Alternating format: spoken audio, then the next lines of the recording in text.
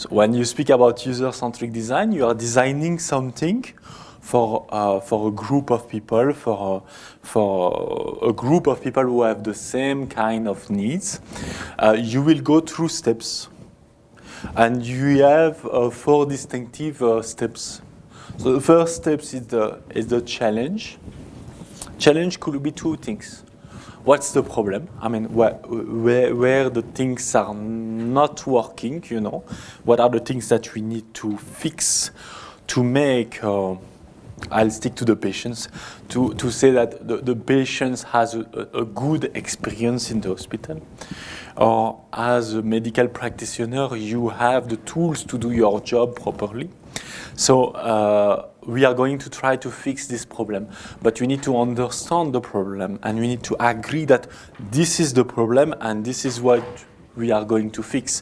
Because behind this, you know, there will be budget, there will be things like this. So we create agreement on the challenge.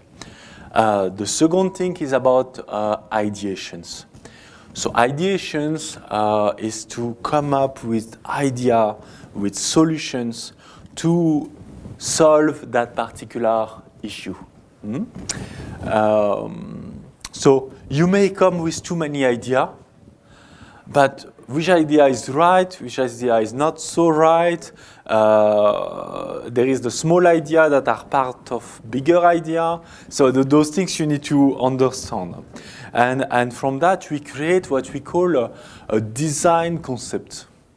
So that means we take all the idea together, we pick the one that work well together, and as you gain experience in that domain, you will be able to identify things and say that we move all of this to a concept. So back to healthcare, if you have, there is a famous book, What If Walt Disney open an hospital? What will it look like, you know? So they took the challenge of saying that they took that particular directions. They decided to understand the issue from that point of view. What if we go for a green hospital based on nature and stuff like this? So it's taking the problem from another side.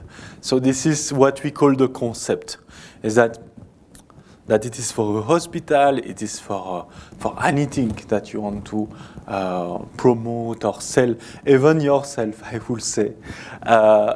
Come up with a concept. There is a story behind you. There is something beautiful about, I mean, like, this person you want to speak about because you have a story behind it. And if I ask you, any one of you, what is your preferred brand, and can you tell me the story of it, you will be able to say something because you love that particular brand. So we finish with the prototype and testing. That means that when we have a concept, we want to take this concept, bring it to the user, to the customer, and assess that this is something right, this is something good, this is something that is going to work, you know, that we understood well. And they will be surprised because we will need to modify and change things again and again.